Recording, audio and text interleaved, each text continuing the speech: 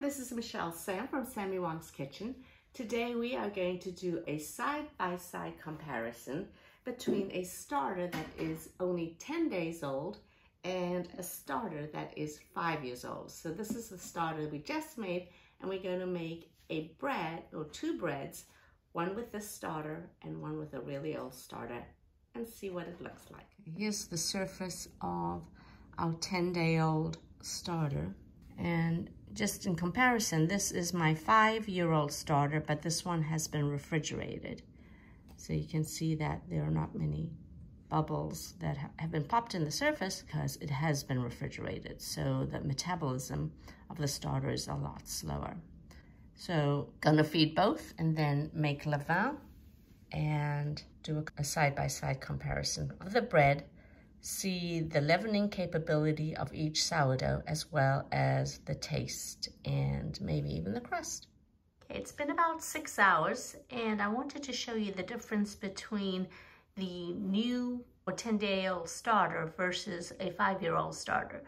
As you can see here, this 5-year-old starter has doubled in volume and the bubbles here is pretty apparent. But this levain, even though it has risen somewhat, there are not that many bubbles here.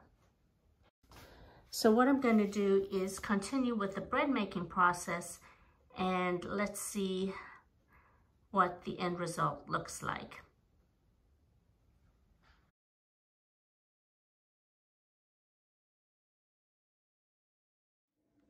Okay, here is the sourdough loaf that has the starter that is 5 years old. And here is the sourdough loaf that is 10 days old. And I did put it in 2 different pans, and this one's spread out a little more than this, but you can tell that the young starter is somewhat smaller than the really mature starter. But they both have a nice ear. The mature starter has a more prominent ear than the young starter. So let's go ahead and cut it and see the difference in the crumb of each sourdough. Now I have to say that with the sourdough, the weather has been extremely hot in California, so I've been making adjustments for the heat and having less of a resting time between my stretch and folds. And I also reduced my cold proof because I realized that my refrigerator in the garage was actually a little warmer than usual. So I needed to make those adjustments. So this wasn't quite a 48-hour proof. This was more like a 40-hour proof. Okay, so I'm going to cut into my bread with the add-ins, and this is the one with the mature starter.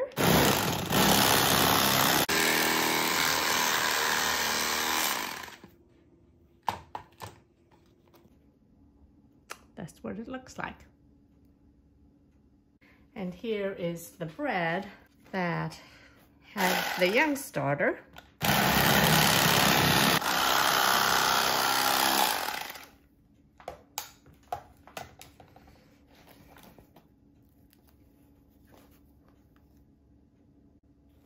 So this is the young starter.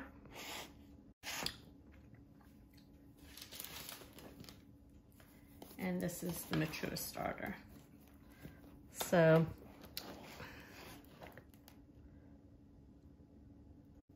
both soft.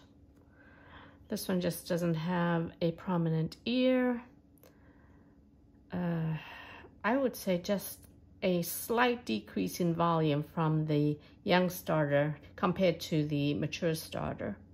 But I think we'll do a taste test and see if we can see any difference in the taste. Okay, this is the young starter.